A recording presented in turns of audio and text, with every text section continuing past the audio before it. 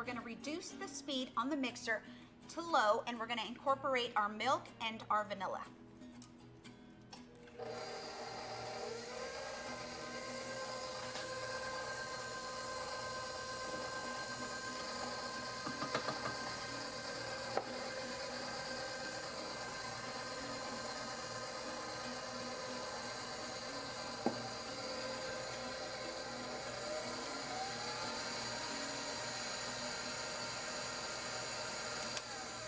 So I've added the milk and the vanilla, and we're just gonna mix it until just combined. We wanna do this as gently as possible because we don't want our eggs to deflate and lose all that volume we created in the mixer.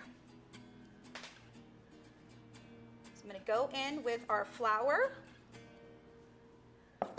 and I'm just gonna go around, and I'm gonna fold in. And we're gonna do this very gently until all the flour is incorporated.